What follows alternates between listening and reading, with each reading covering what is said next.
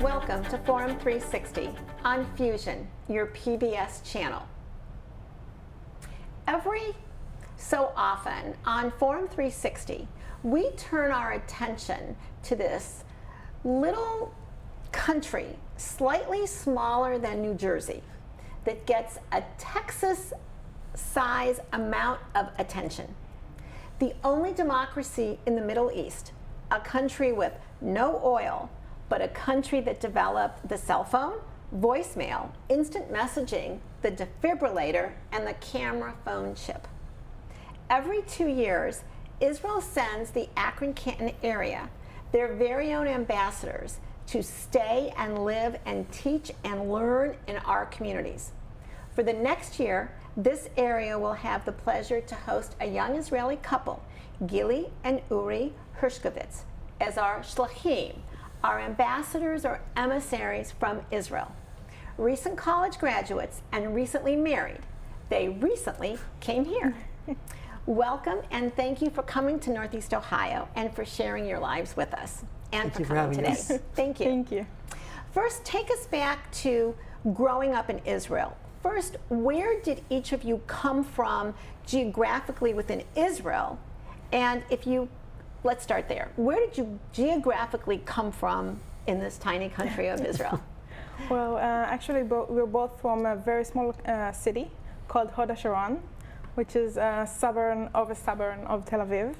It's around half an hour north of Tel Aviv if there is no traffic. And we both grew up there. Yeah, most of our lives. Did you grow up, so did you go to the beach then? Was that part of your life to go to Tel Aviv, to go to the... Yeah, going to Tel Aviv was very... it was the thing to do. Yeah. Yeah. On Fridays and Saturday afternoons. And tell someone that has never been to Israel, and perhaps when they think of Israel, they think of this ancient city or ancient country. Tell them what Tel Aviv would look like if you dropped into Tel Aviv. What would that look like to someone today? Well, the first word that would pop into my head would be vibrant. Tel Aviv is amazing because it has so many different cultures and peoples and colors and you know, different types of music and different types of food. And you walk through the street and you see 10 different restaurants and they're all different and they serve different food with different people in them. And they're all talking and laughing and having a drink together. And then going to the beach or going to see this very, you know, nice film that you need to dress up for, or going to a party. And it can do so many things and it fits so many different people that it really feels like a big city in Europe, or like maybe people compare it lots of times to New York City of Israel. Okay, so think of the New York City of Israel when you think of Tel Aviv. Now, to many Americans, you are just Israeli. But Israelis come from different countries, different ethnic backgrounds, speaking different languages.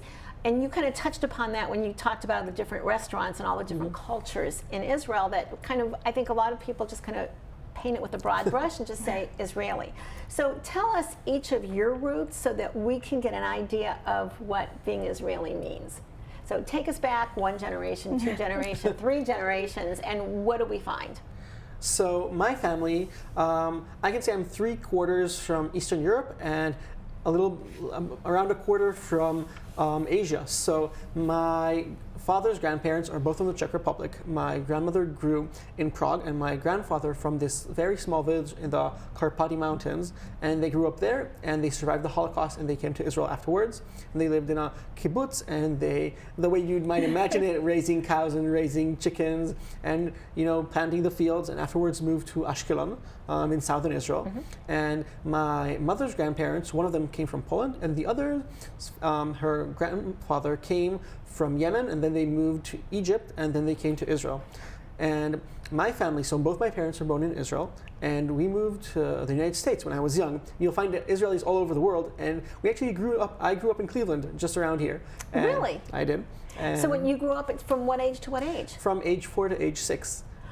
How interesting. It was interesting. So you knew English? So I knew English. And well, everyone in Israel knows English anyways, No, but you knew like American English.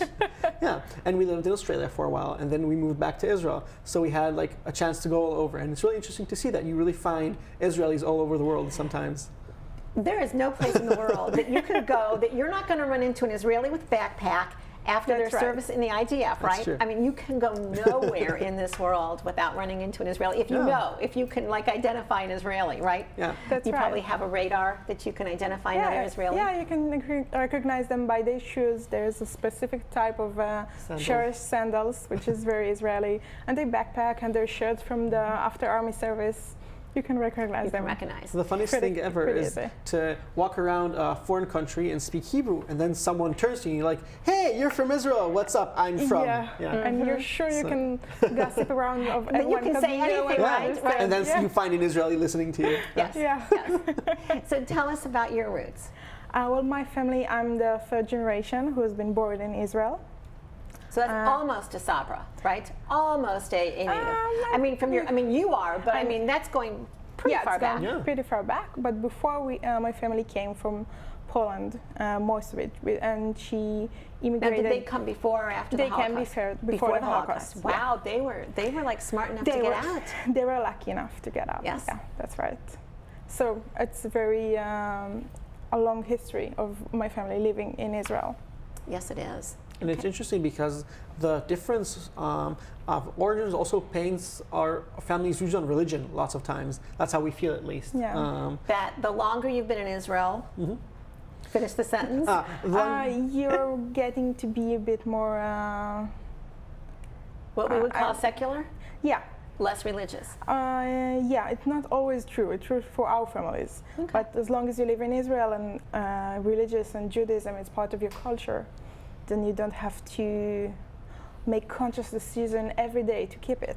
So it becomes part of you, a different part of you than when you live in Europe or somewhere else and you need to keep it in every conscious decision you make. And it's the same thing for families of Holocaust survivors. You can see very two distinct brands of families, one whom the Holocaust made more religious and one who made them leave religion. Yes. No, that's a very good observation. Some viewers and listeners may know that everyone in Israel goes to the army or some kind of service, right? We understand that most people look forward to going to the IDF, that it's your social life and it's everything. Did you look forward to going to the IDF, and in what ways did each of you serve, Gili? We both served in intelligence units, different ones, so we couldn't talk about it with each other. But I think I really look forward to my service in the army. My best friends are from the service. I did 3 years, which means women usually do 2 years, so I did 1 extra year because I enjoyed it so much and I felt like I could really contribute and affect by the job I did. And well, I think that talking about like the IDF, the Israeli military, one thing that's important to understand is that lots of times you paint a picture of your head of like this strict gray army where people like stand in lines and go fighting, but the Israeli army, at least half of it, sometimes you can argue that more, does work inside of Israel. They have an education corps which go and teaches and helps kids which are underprivileged and help new arrivals to Israel, and they have people who help lone soldiers who came to volunteer and don't have a family for whatever reason, and do all those really important things for the country. And that's really important because it's a very unique army in that sense, so you can feel like you're doing amazing things without necessarily carrying a gun. And that's something that I was very privileged to do. I served for 4 years. Men usually do 3, and I did an extra year as well.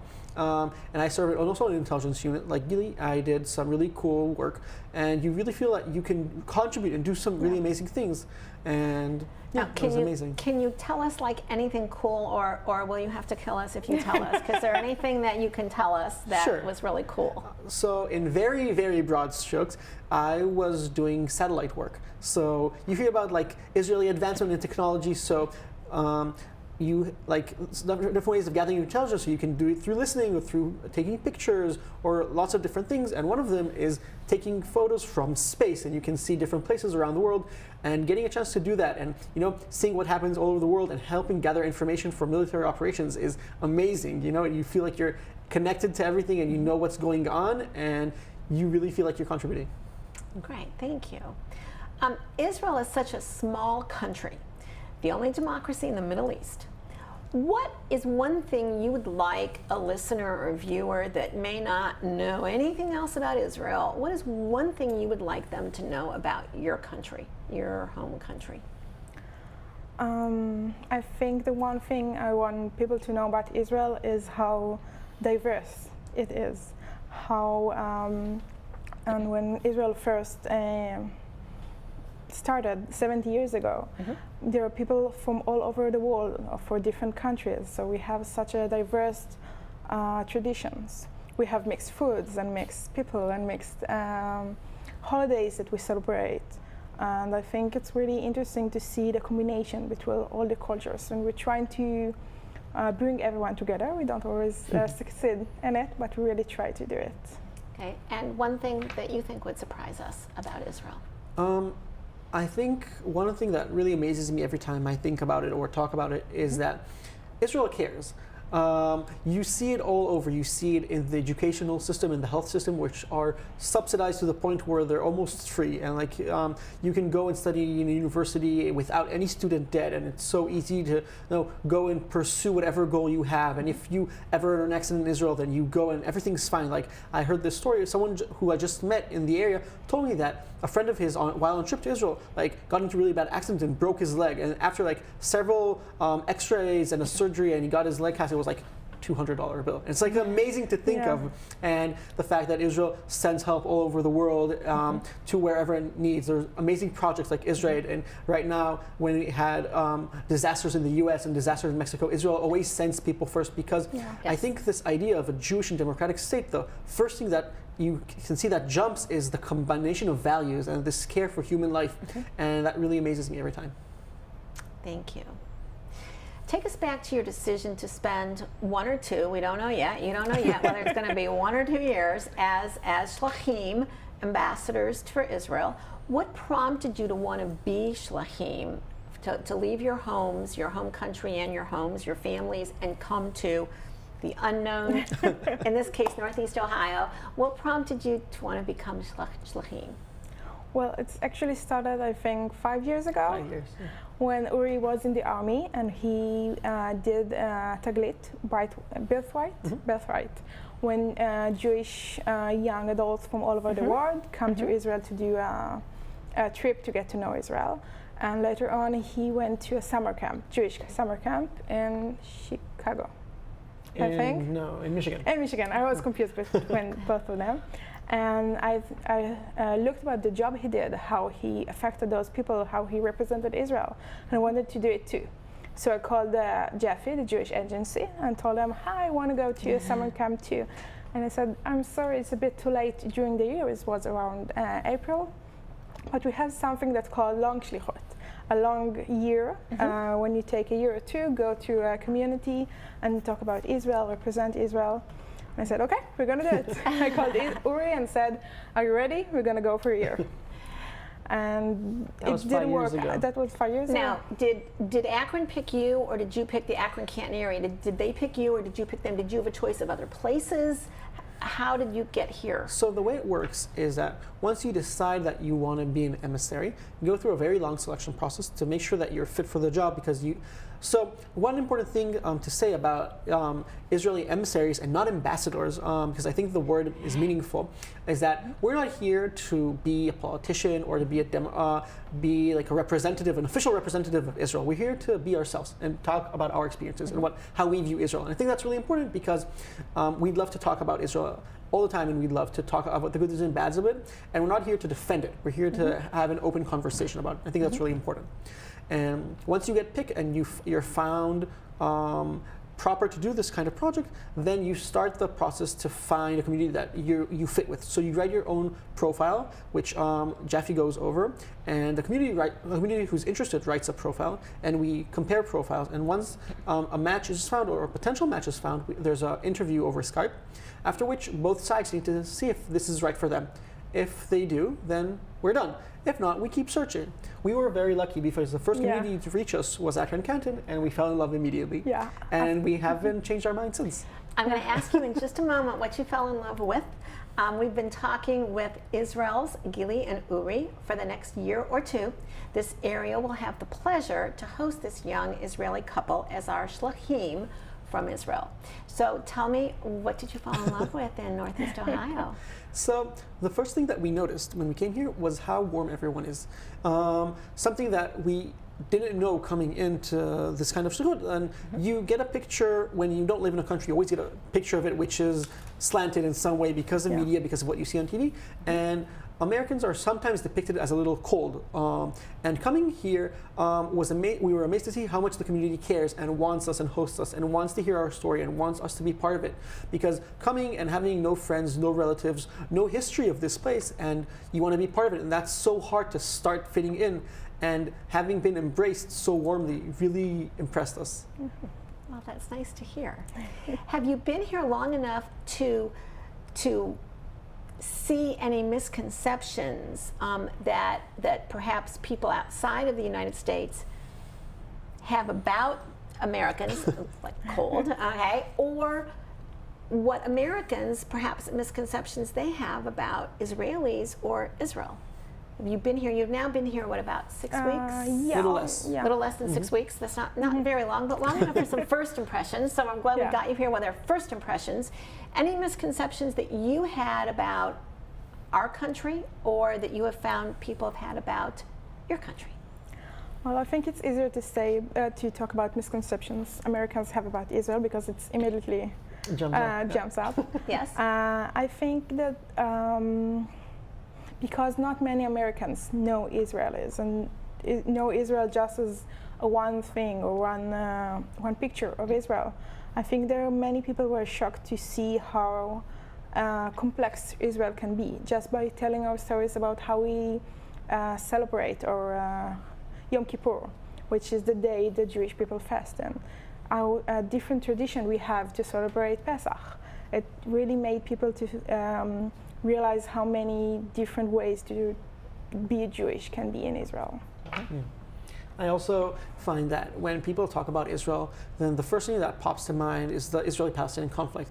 And that you hear so much on the news about it, but in reality, it's such a small part of your life when you're in Israel. It's like, it's part of there, it's there, we talk about it, it's part of the news, it's part of politics, but your life is so much more than that. And that's something that getting to talk with people, you always realize how much there's so much more than it to it. And one of the things that we really liked when you came here was the sense of community in the Jewish community. So we were talking about, Gili talked about before that in Israel you're passively Jewish. Like everyone's Jewish. When it's a holiday, everything closes down. You feel it even if you don't try. And here people gather around and they do stuff together and they organize these amazing events because they want to feel Jewish and they do it actively. And we were so impressed with it, and we want to bring parts of it with us back. Now, both of you have finished, at least for now, you have finished your college education, right?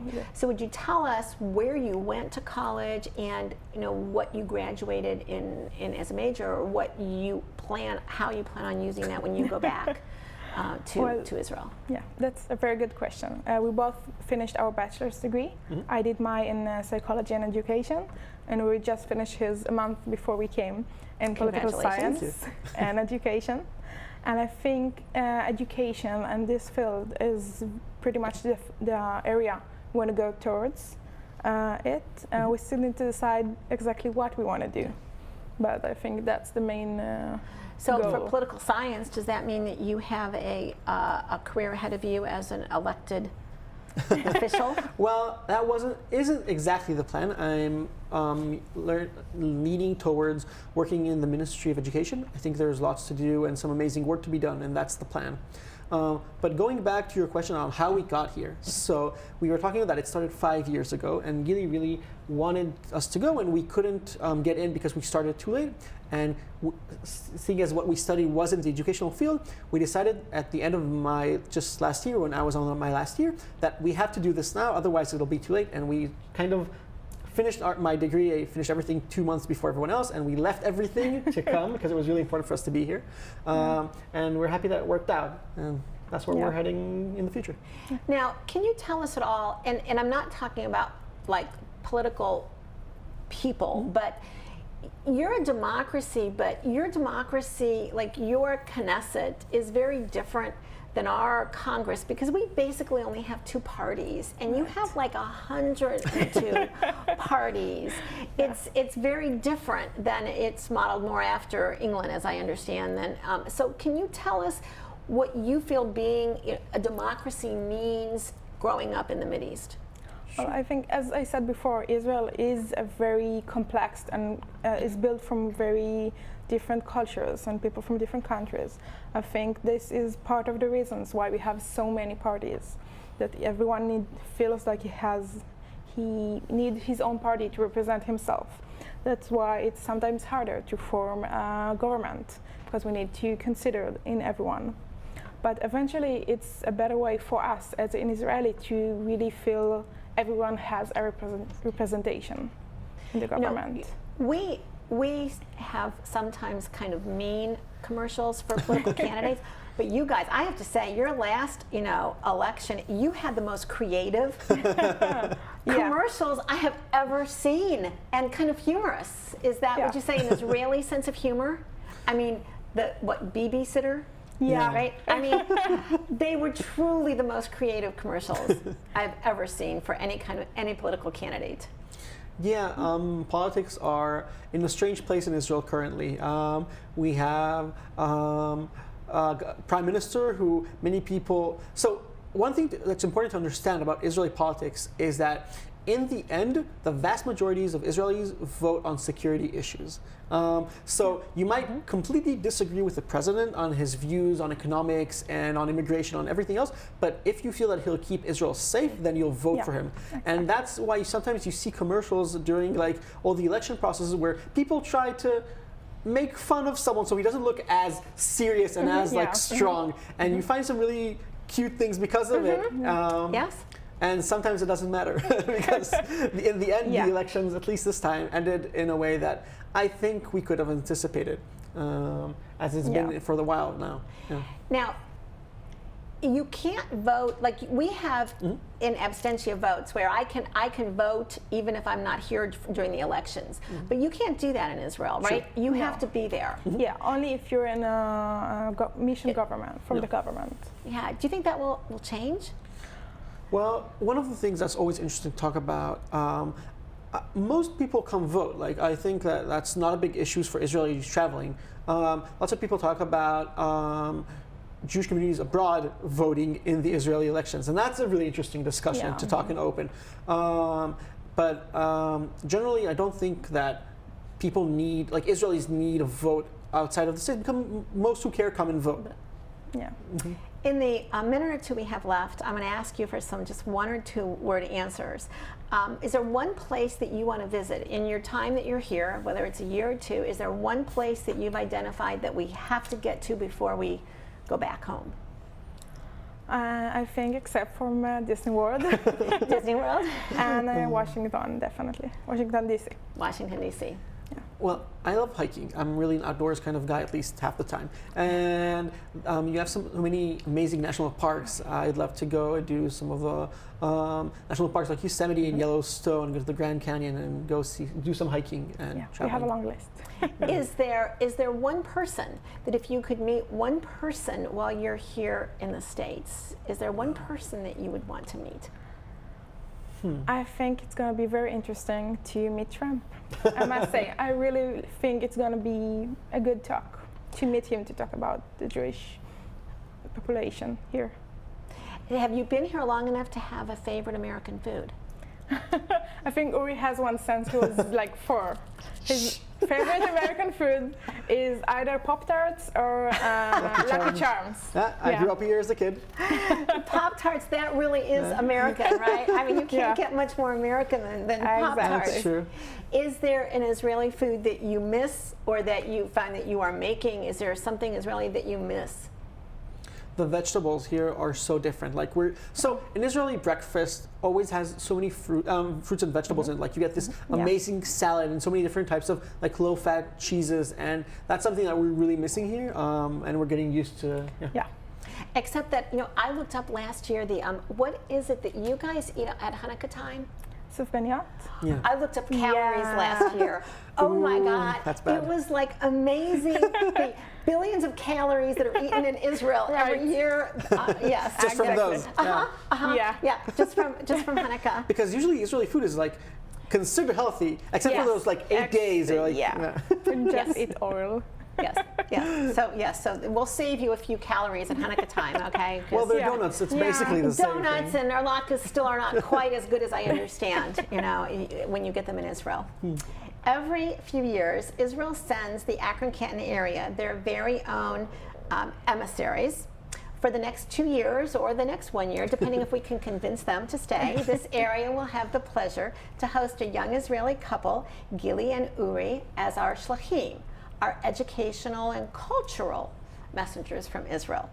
Today, they gave us a personal perspective on their country and a few of their thoughts on ours. Israel is called the Silicon Valley of the Mediterranean, third only to the United States and Canada in terms of the number of companies listed on the NASDAQ.